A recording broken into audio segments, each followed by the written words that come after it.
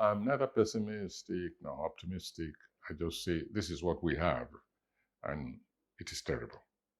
We have degenerated to a level of decadence, self-degradation that I never thought I would live to witness. Open the pages of the papers any day, and either somebody is being kidnapped, or a child is being raped, or some kind of incest is being practiced. And the ritual, right? Just a few days ago, for instance, I had to step into a case in my own town, Abeokuta State, in which a young man raped a 3-year-old child, girl. I have it all in my computer, picture of the son. And they were trying to cover it up. Listen, this is not the society in which I was raised. This is not the level of concern, humanitarian concern with which I grew up. And therefore, something is very fundamentally wrong. That's why I've been proposing a meeting of religionists, traditional rulers, politicians, industrials, intellectuals. It's about time we met on a national scale and debated nothing else but the humanity of this nation, which is just disappearing. Every day there's a new level of degradation. People are looking at us from the outside. Of course, they ask questions. I don't even know what answer to give them. Well, I hope your generations are not take after other people. They shouldn't be the Wole Soyinkas of our heads of the world. They shouldn't try to emulate them.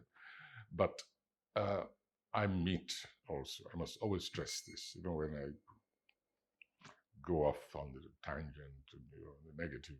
The fact is, I also meet some very young, bright people who speak exactly the same way as I speak, who say, this is not the kind of society we were led to expect. And they're brilliant, and they have ideas. Some of them come together. They have tremendous initiative, tremendous drive, and they need to be assisted to correct our failures. There's a future if the young people will realize that the future belongs to them, and it is for them to make that future what they want. In other words, the young people should stop looking up to the older ones for solution. The older ones, many of them are already corrupt beyond redemption. And many of them are already so embedded in the corruption that they cannot even think, they can no longer speak against it. It is the young ones who know that the future is theirs and that future is at stake unless we change the system. They are the ones who can now organize. It is the young ones who can organize for a better future. And how do they organize? It's easy. First, they must believe in themselves.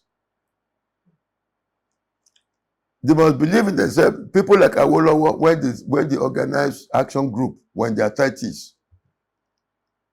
So our young people in their 30s today must not think they are too young to take over power. They are not too young.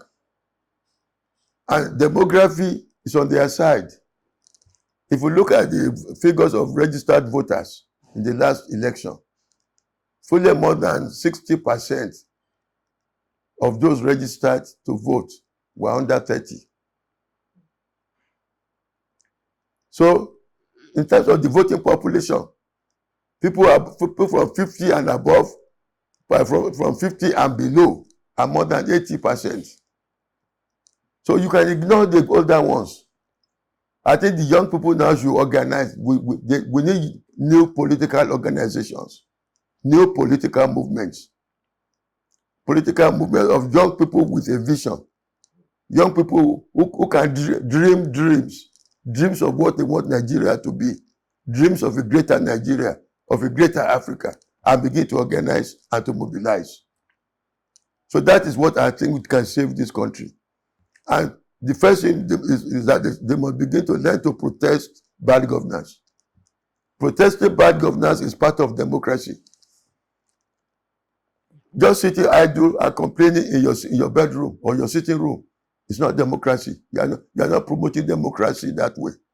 If government is not doing things right, people have a right, in fact, a duty to go to the streets and protest. Protest is part of democracy. Protest with your feet. Complain with your feet.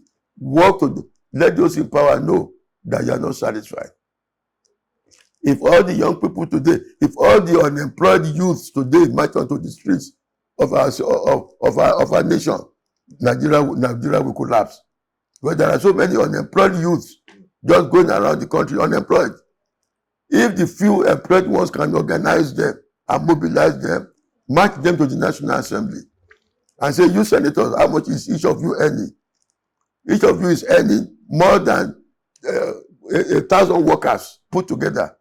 How do you justify that in a country like Nigeria? Go and ask them these questions.